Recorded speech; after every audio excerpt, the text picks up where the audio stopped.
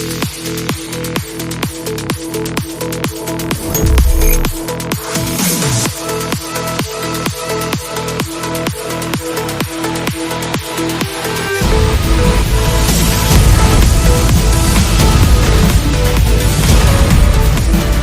Marathi, the voice of Maharashtra.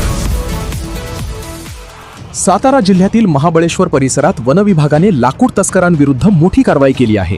एका थरारक पाठलागानंतर विनापरवाना खैर लाकडाची वाहतूक करणारी पिकअप गाडी पकडण्यात आली असून 3 आरोपींना वन विभागाने रंगेहात ताब्यात घेतले आहे. मिळालेल्या माहितीनुसार दिनांक 22 एप्रिल 2026 रोजी महाड पोलादपूर चेक नाक्यावर कर्तव्यावर असलेल्या वनरक्षक श्रीमती शालिनी कोहळे यांनी संशयास्पद वाटणाऱ्या गाडी क्रमांक MH01LA8878 ला थांबवण्याचा इशारा केला होता. मात्र चालकाने गाडी न थांबवता तिथून पळ काढला. गाडीचा संशय आल्याने वनरक्षक शालिनी कोहळे यांनी तातडीने पाठलाग करून गाडी अडवली. गाडीची झडती घेतली असता त्यामध्ये 3.15 घनमीटर खैर लाकूड आढळून आले, ज्याची बाजारभावाप्रमाणे किंमत 61,425 रुपये इतकी आहे.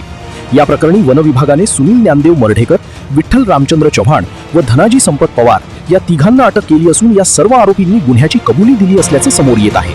गुन्ह्यात वापरलेली पिकअप गाडी जप्त करण्यात आली व या प्रकरणी वन विभागाने संबंधितांवर गुन्हा दाखल केला आहे. ही यशस्वी कारवाई सातारा वन विभागाचे उपवन संरक्षक श्री अमोल सातपुते, सहाय्यक वन संरक्षक श्री प्रदीप रौंधळ आणि महाबळेश्वरचे वनपरिक्षेत्र अधिकारी श्री महादेव मोहिते यांच्या मार्गदर्शनाखाली वनरक्षक शालिनी कोहळे यांनी पार पाडली. या प्रकरणाचा पुढील तपास वनपरिमंडळ अधिकारी श्री सुनील लांडगे करत आहेत.